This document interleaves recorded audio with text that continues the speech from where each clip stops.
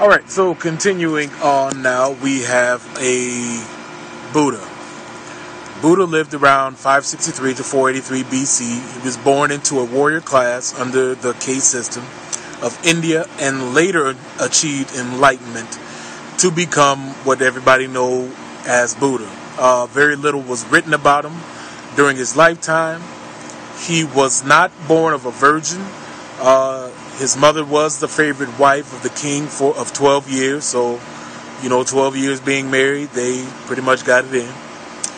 There is a later story about him that say there was a womb transfer of the Buddha, and it's in Buddha Karita 118. The mother's name was Miriam. I guess it means bitter, but in the Sanskrit it's illusion or something like that. There are no wise men in the Buddha text, but plenty in the post-Christian text. So in the original Buddha text, there was nothing about wise men.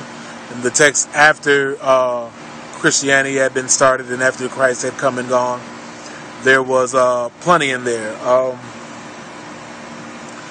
Says milestone age. Jesus taught in the temple at 12. His ministry at 30. He died at 33.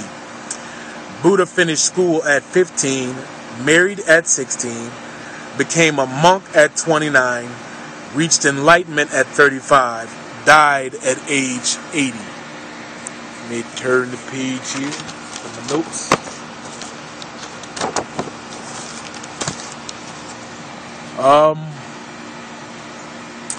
And for the most part, there are more similarities between Buddha and Krishna than Buddha and Jesus.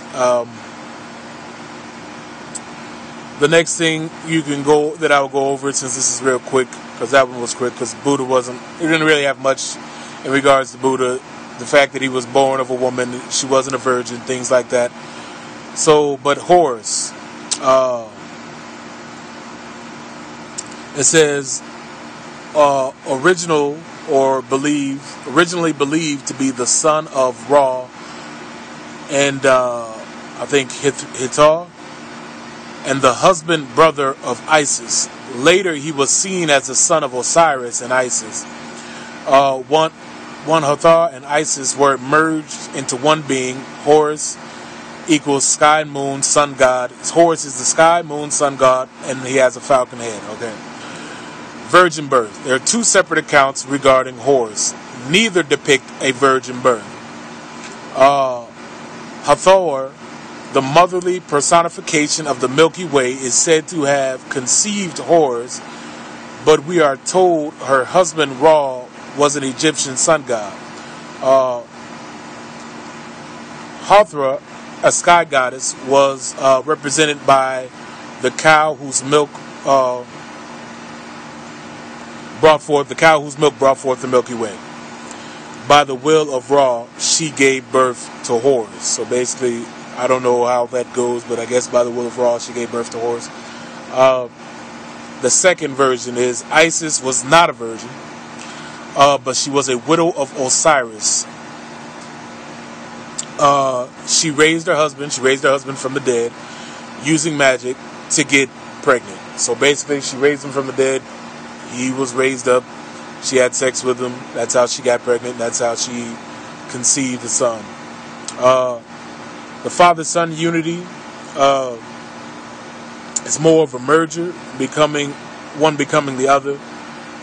Christ as the Son of God prophesied 1,000 years before Christ. And you can look at 1 Chronicles 17, 13, and 14 to read about that prophecy. Crucifixion and resurrection. Horus is never said to have been crucified. Neither, let's see what it says. Neither the legs. Nevertheless, Horus is never said to have been crucified.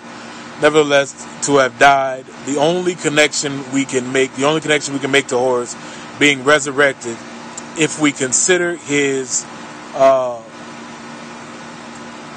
merger to Horus, to into the merger of Horus. Sorry about this. Now, hard to read my notes, but anyway, the merger of Horus and Osiris is what you consider to be him being resurrected, since Osiris was his father and was already dead. What we got?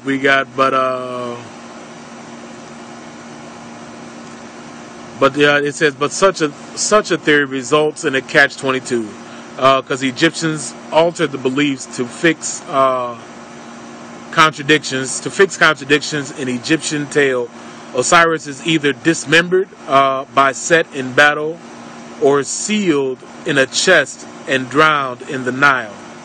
Isis piece him back together to bear a son. There are no 12 disciples of Horus. Horus is always with the 12 signs of the zodiac. It says mountaintop enemies, because they say, Jesus was tempted by Satan. And then they talk about Set and Horus try to get each other. Okay, yeah. This is the funny part. All right. And I thought it was funny when I read it, when I found out about it. Okay, so they try to compare, saying that Jesus was tempted by Satan, and since Satan is depicted as a serpent, they say that Horus also battled the serpent, which is Set. But the funny thing is that Horus and Set's battle ended with them trying to ejaculate in the other to show who was dominated. So it says, I got here, Set and Horus try to get each other to take their semen inside them. And I think it wins out with Horus doing something to his semen, and Set ends up swallowing it and doesn't realize it. So when they came to check on it to see who won, they found Horus's semen inside of Set, and therefore Horus won, which I kind of find hilarious that people would try to compare that to Jesus and Satan, but hey, that's what people try to do. But anyway, I'll end it there with that one, with the end note of, yes, Buddha. Nothing was stolen from Buddha. Nothing was stolen from the Egyptian god Horus.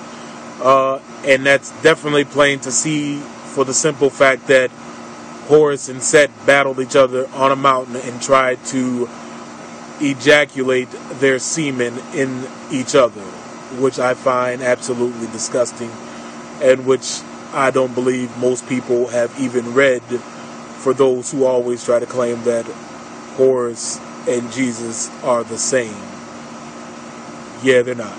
Bye. Crazy.